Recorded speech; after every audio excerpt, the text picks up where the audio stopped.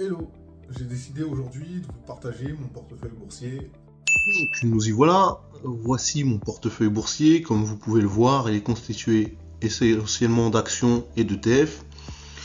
Et donc, je dois avoir une quinzaine d'actions à peu près, hein, essentiellement américaines, sur le marché Nasdaq ou NYSE, essentiellement, hein, j'ai bien dit.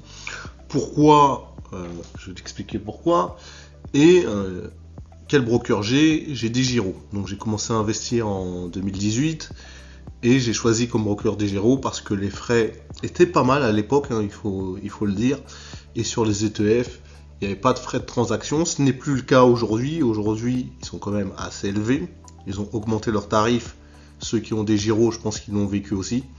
Quand on passe de 0 à 3 euros, ça commence à faire mal.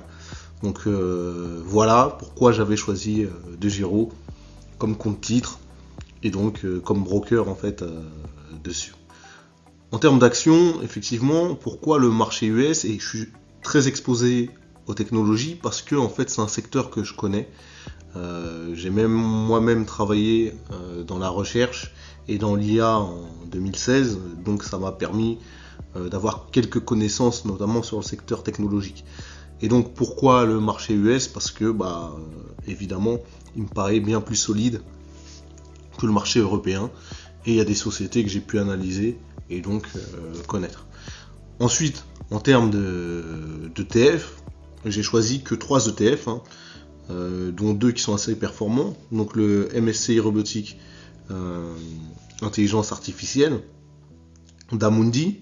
Donc c'est un tracker sur l'intelligence artificielle qui est plutôt pas mal en termes de performance que j'ai commencé à acheter en 2020.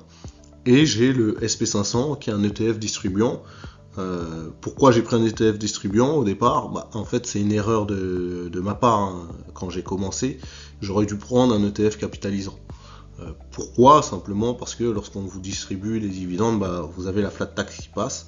Et le dernier, c'est un ETF, évidemment, sur le pétrole et le gaz. Pourquoi je l'ai pris? Parce qu'il m'a semblé bon d'avoir des matières premières. Donc là, maintenant, on va analyser mes 3 meilleures actions et mes 2 pires actions, en tout cas en termes de performance. Et après, on reviendra sur le reste. La première, c'est évidemment Nvidia, mais je reviens. Là, on voit ce que j'ai sur mon PEA. Pareil, j'ai un PEA, j'ai essentiellement des ETF sur mon PEA. Donc ma répartition, quand vous voyez entre actions et ETF, je suis surtout sur les ETF. Pourquoi? Parce que sur mon PEA, je peux accéder qu'à des actions européennes. Et comme je l'ai dit précédemment, je ne suis pas forcément un grand fan du marché européen. Néanmoins, voilà, j'ai quelques actions que je présenterai après. Donc si on repart sur mon compte titre, la première action qui est, elle, a la meilleure performance, évidemment, c'est Nvidia, qui est dans le secteur technologique et qui produit des cartes graphiques, évidemment, pour des tas d'applications derrière. Pourquoi j'ai acheté du Nvidia? Comme je vous ai dit, en 2016, je travaillais dans la recherche et notamment sur des projets entre guillemets publics, étatiques, dans lequel on utilisait l'intelligence artificielle et comment vous dire, les industriels avaient un seul mot à la bouche: prenez des cartes graphiques Nvidia. D'accord, c'était tous les industriels m'ont dit ça. J'ai commencé à me pencher sur le sujet, à me renseigner sur Nvidia. Et en 2018, j'ai commencé à faire mon premier achat de Nvidia. Donc évidemment, puisque comme je travaillais dans le secteur de l'IA, en 2 ans, j'ai mis 2 ans, j'ai commencé à comprendre l'importance. Et donc j'ai commencé à acheter du Nvidia, que j'ai revendu en partie en 2020, ce que je n'aurais jamais dû faire. Et puis après j'ai rajouté en 2020, j'ai racheté du Nvidia. Et donc là, en termes de performance, on est à 1400%. Et donc c'est une performance qui est, je dirais pas exceptionnelle, mais qui est quand même plutôt pas mal. Donc vous pouvez l'acheter sur la bourse, évidemment, NSD, le Nasdaq. Donc encore une fois, c'est une action américaine que je ne regrette pas d'avoir acheté.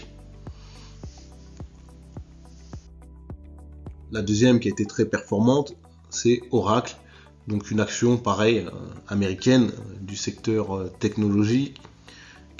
La devise évidemment c'est du dollar.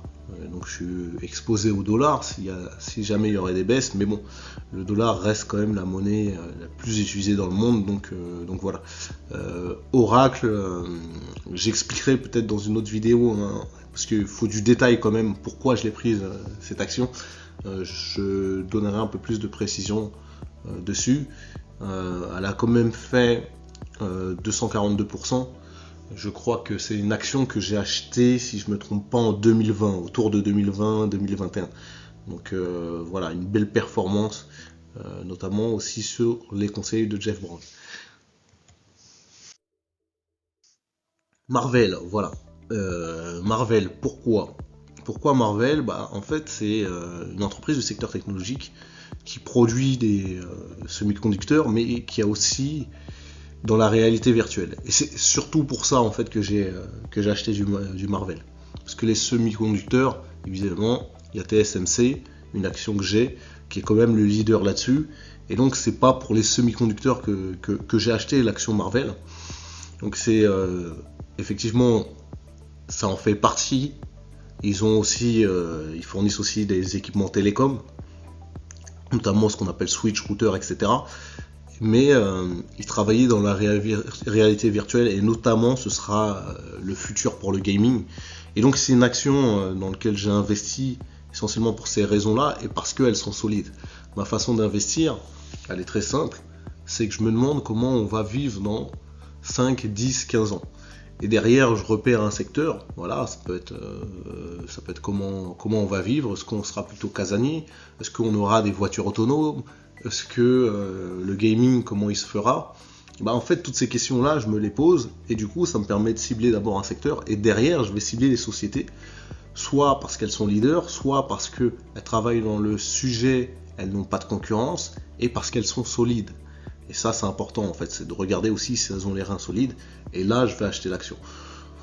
En cas contraire, voilà, après j'ai pas de boule de cristal, mais on peut anticiper quand même plus ou moins comment on va vivre dans 5, 10, 15 ans, et c'est là qu'on prend les plus-values, effectivement, sur les actions. Et donc c'est une action du secteur technologique, que j'ai acheté surtout pour la réalité virtuelle, donc vous voyez le ticker, hein, vous pouvez l'acheter si vous souhaitez, qu'on achète évidemment sur le marché US, hein, et donc on est exposé au dollar, et c'est une action qui a fait quand même, pour moi, 149%. Aujourd'hui, c'est peut-être un peu plus, un peu moins au moment où je tourne la vidéo. Mais voilà, c'est une action que je compte pas vendre pour le moment et je trouve ça assez solide. Maintenant, on va regarder les pires actions que j'ai eues pour l'instant et pourquoi je les ai achetées. Ça m'arrive aussi de me tromper. Donc, il y a American Tower, Rate. Et donc, en fait, c'est une société effectivement de placement immobilier, mais qui a aussi des services de communication. Donc je me suis dit qu'il fallait quand même que j'ai une société de placement immobilier, mais je ne voulais pas de SCPI parce que vous savez, les SCPI, il y a des frais d'entrée, frais de gestion, etc. Et puis la fiscalité, elle n'est pas optimale, surtout en France. Et donc c'est le type de société qui reverse en général une partie de ses bénéfices sous forme de dividendes. Bon là le dividende il est autour de 3% entre guillemets, ce qui est pas foufou. Je voulais une entreprise du secteur immobilier qui était solide et American Tower répondait à ces critères. Aujourd'hui, l'action est en moins-value de 24%, mais c'est pas pour autant que je vais la vendre tout de suite. Je vais la garder. Donc on peut l'acheter sur le Nice si elle vous intéresse, mais voilà, la performance elle est négative. Le chiffre d'affaires de mémoire il doit être en baisse. Voilà, il faut savoir aussi se dire est-ce que j'attends ou est-ce que je me suis trompé. Pour le moment, je pense pas forcément que je me sois trompé, donc je la garde. Mais c'est ça aussi, une capacité, c'est de pas mettre d'émotion. Si vous êtes trompé, il faut vendre. Il n'y a pas de souci avec ça, mais ça on l'apprend avec le temps et l'expérience. La suivante, c'est Ericsson. Ericsson, évidemment, c'est une marque suédoise, hein, vous connaissez tous Ericsson, dans le secteur des télécoms. Pourquoi je l'ai acheté? Donc, en fait, je l'ai acheté pour la 5G, essentiellement parce qu'on allait utiliser la 5G pour plusieurs applications, hein, notamment aussi sur les voitures autonomes.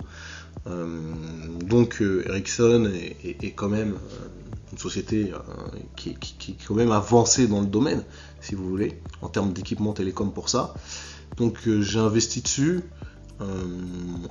en espérant qu'on verra le boom 5G. Hein.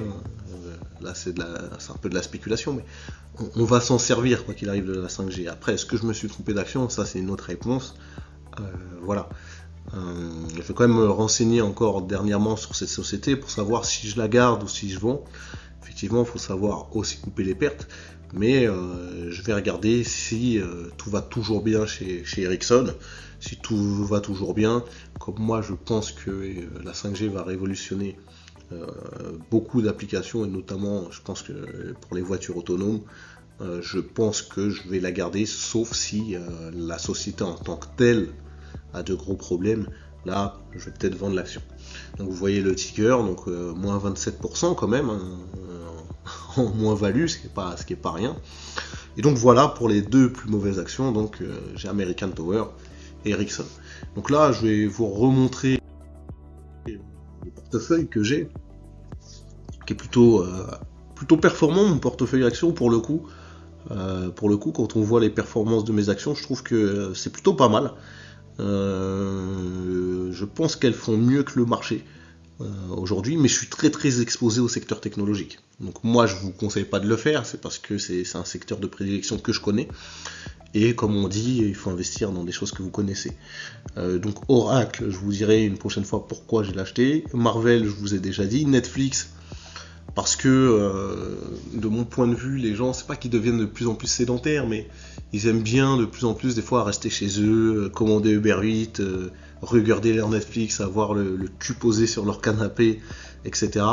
Et on a vu que pendant les moments de crise, en tout cas en Occident, les gens étaient beaucoup sur leur Netflix. Donc c'est une société, moi, que j'ai acheté pour ces raisons-là, et la plus-value, voilà, on la voit bien. Ensuite, on a TSMC, donc Taiwan Semiconductor. Donc ça, j'en ai parlé tout à l'heure. C'est le principal fournisseur de semi-conducteurs au monde. Donc à partir de là, je pense que on a tous besoin de semi-conducteurs. À partir de là, c'est une entreprise qu'il faut acheter, qu'il faut avoir dans son portefeuille, de mon point de vue. Mastercard et Visa, certes, il y a des bonnes plus-values. Je les ai achetés en 2018. Pourquoi? Parce qu'à l'époque, en 2018, les choses ont tendance à changer maintenant, mais en 2018, je voyais qu'il y avait de moins en moins de paiements par espèce, et on payait de plus en plus par carte bleue, et plutôt plus globalement par paiement sans contact, et notamment avec nos téléphones. Et donc, Visa et Mastercard avaient un avantage en termes de capacité à absorber un gros flux de transactions. Et donc voilà, ce sont deux actions que j'ai décidé d'acheter. Aujourd'hui, je me pose la question de les revendre. Est-ce que c'est le moment de les revendre, puisque est-ce que on va toujours utiliser les mêmes moyens de paiement d'ici 5 ans? Je commence peut-être à en douter aujourd'hui, mais en tout cas à l'époque, en 2018, c'était vrai. Et donc c'est pour ça que j'ai acheté ces actions. Et donc elles ont une bonne plus-value. Derrière, j'ai AMD. Pourquoi AMD? AMD, je l'ai acheté en 2020. C'est le principal concurrent de Nvidia sur les cartes graphiques. Et donc, moi qui ai travaillé dans le domaine de l'intelligence artificielle, comme je vous ai dit, en tout cas, j'étais sur des sujets, en tout cas, dessus. Et donc, c'est pour ça que j'ai acheté AMD, principal concurrent de Nvidia. Ensuite, j'ai C3IA, pareil, dans le secteur de l'IA, donc forcément j'ai acheté. À un moment, la plus-value a été bien plus élevée que ce qu'on voit là, hein. Elle était bien plus élevée. J'ai décidé de ne pas prendre mes gains, c'est ma décision. J'attends, je pense que ça va remonter dans un peu de temps. Et les plus basses actions, je les ai déjà présentées, hein, donc je ne vais pas repasser dessus. Mais donc c'est un portefeuille qui est quand même performant quand on regarde, mais par contre très exposé nouvelles technologies et très exposé US. Mais c'est un choix délibéré de ma part. Ensuite, en termes d'ETF, j'ai le Amundi MSCI robotique. Et donc ça, c'est un tracker intelligence artificielle. Comme je vous ai dit, moi je suis un passionné de nouvelles technologies. C'est un tracker que j'ai acheté dès qu'il est sorti.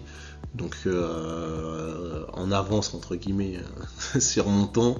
Mais très intéressant. L'Amundi SP500 parce que en fait c'est bien d'acheter des actions, mais je me prends pas pour un gérant de fonds. Donc acheter le marché, c'est ce qu'il y a de plus simple. Il ne s'agit pas d'essayer de battre le marché. Vous voyez que sur le long terme, il gagne la plupart du temps. Donc voilà, ça peut prendre du 10% par an. Donc je pense que acheter le marché, c'est tranquille. Et pourquoi ? Parce que pour le SP500, s'il y a une entreprise qui est défaillante, elle sort de l'indice et il y en a une nouvelle qui la remplace. Donc voilà. L'erreur que j'ai fait, encore une fois, c'est d'avoir pris un ETF distribuant et pas capitalisant. D'accord ? Donc moi je déconseille de prendre des ETF distribuants, prenez des ETF capitalisants, ça c'est une erreur. Et le dernier, qui a une petite moins-value, mais l'idée c'était d'avoir un peu de matière première dans le portefeuille. Et je sais que c'est fluctuant les matières premières, donc des fois ça va monter, des fois ça va descendre, mais c'est bien toujours d'en avoir dans son portefeuille. Maintenant on va pouvoir regarder mon PEA. Et mon PEA, voilà, il est composé essentiellement d'ETF, comme je l'ai dit. Pourquoi ? Parce que en fait mon PEA, je peux acheter que des actions européennes dessus. Je vais pas faire de pub chez qui j'ai le PEA, parce que en fait par défaut je suis tombé chez ce broker entre guillemets. À la base j'étais chez Bink. Et Bink, voilà, il y a une fusion avec une entreprise que je vais pas citer. Mais voilà, si vous avez des propositions pour faire basculer mon PEA chez un autre courtier en ligne, dites-moi, ce sera intéressant parce que c'est ce que je cherche à faire. Et donc voilà, ça serait des propositions intéressantes. Donc on y revient. Pourquoi j'ai que des ETF ? Essentiellement, on va dire à 80% j'ai des ETF.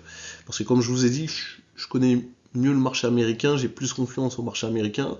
Et néanmoins, il y a quelques actions européennes que j'ai achetées, comme vous pouvez le voir. Et donc, je préfère simplement suivre le marché plutôt que d'essayer de le battre. Et donc, j'ai le Amundi MSCI High World, qui est un ETF distribuant. Pareil, c'est une erreur à mes débuts, d'avoir pris un ETF distribuant, j'avais pas regardé. Et donc, au lieu de prendre un ETF capitalisant. Mais bon, il a une performance tout de même de 53%, ce qui reste correct. Néanmoins, il faut savoir que sur le MSCI World, vous avez quand même de mémoire 60 ou 65% d'actions américaines. Et donc, quand vous voyez, quand vous avez du Nasdaq, du MSCI World et que vous avez vous-même en action Nvidia, en fait vous êtes triplement exposé. Mais bon, c'est quelque chose d'assumé encore une fois de ma part. Et puis le PEA, voilà, faut le faire fructifier. Pourquoi ? Parce que derrière vous avez des avantages fiscaux bien évidemment. Donc au bout de 5 ans, vous n'avez plus d'impôt sur le revenu, mais vous avez des prélèvements sociaux, d'accord ? Il n'y a pas rien du tout. Vous avez des prélèvements sociaux de 17,2%. Évidemment, si vous vendez avec une plus-value. J'ai le Amundi PEA et MSCI Arl Emerging Market. Asia, évidemment, je voulais quand même diversifier en Asie. Donc, c'est un ETF qui n'a aucune performance aujourd'hui, mais c'était dans un but de diversification. Attention, la diversification c'est bien, mais il ne faut pas trop diversifier, parce que si vous diversifiez trop, en fait vous faites aucun gain, d'accord ? Moi je pense qu'au départ il faut aller quand même chercher de la performance, et une fois qu'on a une bonne performance, on peut diversifier pour maintenir son capital. Donc au départ il faut quand même aller chercher la performance, et du coup c'est ce que j'ai fait avec l'ETF Amundi PEA Nasdaq, anciennement l'Ixor. Donc l'Ixor, on n'a plus d'Ixor, maintenant il n'y a que du Amundi. Et du coup voilà, c'est un tracker notamment sur les valeurs technologiques américaines qui est très performant ces dernières années. Donc moi j'aurais voulu prendre un tracker x2 avec effet de levier, en fait c'est ce que j'aurais dû faire. Moi j'ai toujours hésité à le faire, parce que l'effet de levier, ça va dans les deux sens. Mais je pense que j'aurais dû le faire parce que la performance aurait été bien meilleure que celle qu'on voit de 80%. C'est bien 80% de plus-value, mais c'est pas monstrueux non plus, mais ça reste bien. Mais si j'avais pris avec effet de levier x2, je pense que voilà, je me serais fait un peu plus plaisir dessus. Et du coup, j'ai le Amundi SP500 qui est distribuant, qui est capitalisant, pardon, alors que sur mon compte titre, il était distribuant. Et donc, j'investis maintenant essentiellement sur mon PEA, sur cet ETF distribuant plutôt que sur mon compte titre. Parce qu'au moins les dividendes ils sont réinvestis et donc en fait la performance elle va beaucoup plus vite, on a une croissance qui est beaucoup plus rapide.